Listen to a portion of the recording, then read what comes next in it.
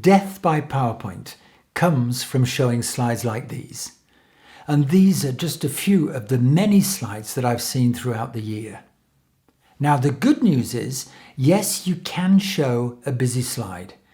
It all depends on how you do it. So let's select one of the busy slides that we've just seen. And I think you'd all agree this one wins the gold medal for busy slides.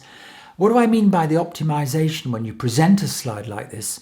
Well, first of all, let's have a look at the effect and then I'll show you how to do it. So let's zoom into sales and deviation top left. And for those sitting at the back, let me zoom in a little bit so that you can see that better. There we go. And I'm talking about the figures, etc., etc. And now we can move on down bottom right to the market share 2023, etc., etc., etc. So how did I do that? Let's jump in and find out. First of all, we need a new slide. So let's create a new slide, take everything off. I always keep the original. So there's the original. So I'm going to duplicate that slide. If anything goes wrong, I can go back to the original.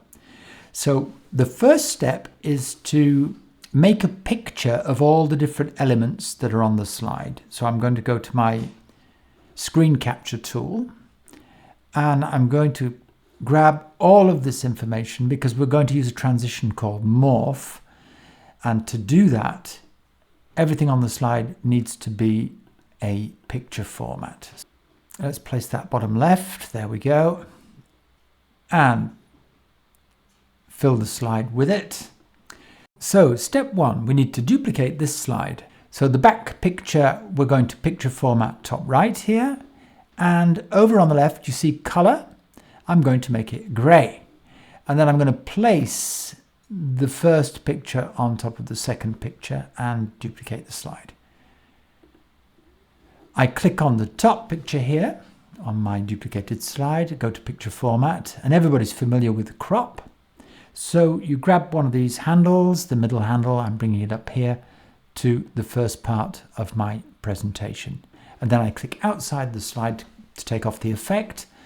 And I go to transitions and I'm looking for morph and you are done. Now, if I want to move bottom right, and I do, each movement with this transition, you need to duplicate the slide.